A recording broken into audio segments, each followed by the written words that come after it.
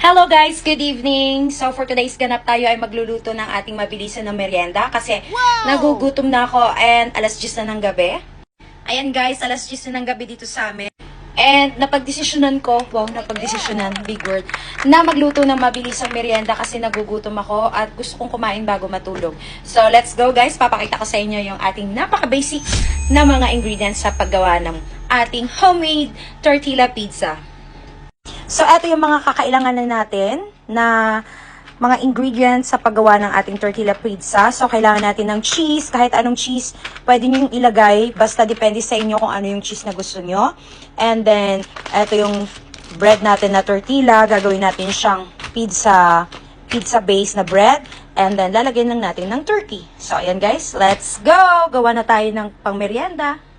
Nag-preheat na pala ako guys ng ating air fryer para mabilis na. At saka nilinis ko na rin yan. First time ko lang itong gagawin guys, so hindi ko alam kung paano. Ayan, kumuha muna ako ng air fryer. Kung wala naman kayong air fryer, pwede na to sa pan. So kailangan nyo lang siyang takpan ng lid para para maluto din yung taas. So ilalagay na natin yung ating bread. So ayan guys, nilagay ko na yung bread at kasunod nating ilalagay yung ating turkey.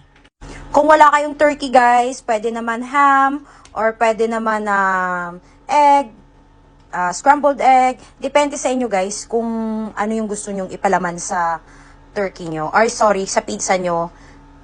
Natikman ko lang to pala sa isa ko ring friend. So nasarapan ako kaya gumawa ako ng sarili kong version. So ayan. Ay, babawasan natin ng isa para makagawa pa tayo ng isa. Kasi try lang naman to guys. Pero feeling ko masarap. And then, lalagyan natin siya ng cheese. Cheese sa taas. Ganyan. Ng maraming cheese. Para masarap. Yung cheese at saka mga ingredients, nabili ko lang yan guys sa supermarket. So, depende sa inyo kung gaano kadaming cheese ang ilalagay nyo. Pero ako, gusto ko marami. Marami, masaya, ganun. Let's pour cheese on the top. Generous tayo sa paglagay ng cheese. So, ayun na guys. Isasalang na natin to at titignan natin kung anong mangyayari after a few minutes. So, i-timer lang natin siya guys. Mga 3 minutes. Kasi para makita natin kung ano yung mangyayari para maiwasan din natin na masunog yung ating pizza. Ayan na guys, titignan natin kung luto na. Ayan, ang sarap! I love it! So, luto na yung ating pizza at pwede na natin kainin. Ayan na!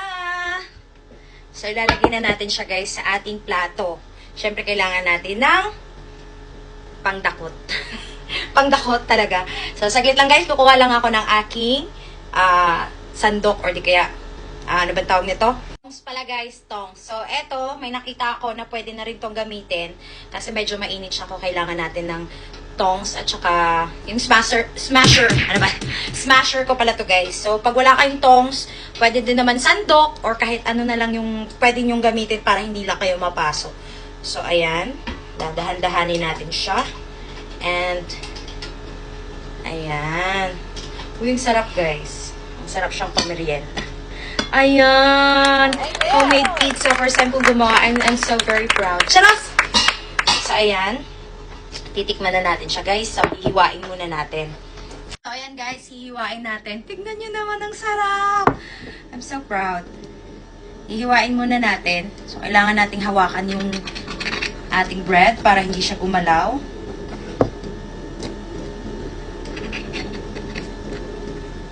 Ay. Ang sarap. Ang sarap. Hindi ko pa natitikman pero ang sarap. O, diyan. Ayan.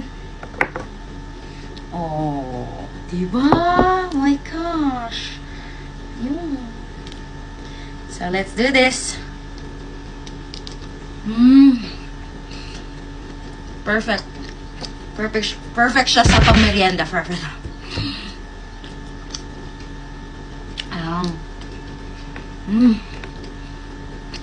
Gawa din kayo guys. Sarap. That's that's all for today's ganap, guys. And thank you for watching. Gawa na kayo, guys. Bye! Mwah!